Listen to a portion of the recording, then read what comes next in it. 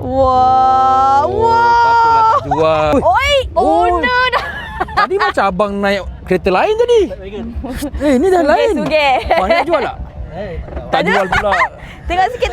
Jual boleh. Alamak. Step wagon jual boleh. Tak Oh, sanggup jual step wagon daripada jual ni. Ni turbo. Wah, Patutlah tak jual.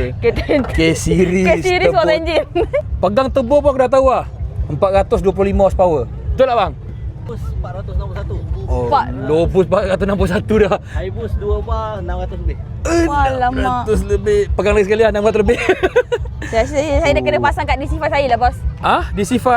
Kau tahu Boleh, tak? bos, Kau tak kos nak masuk tebur ni macam beli sebiji DC5 lagi. Ah, ya ke?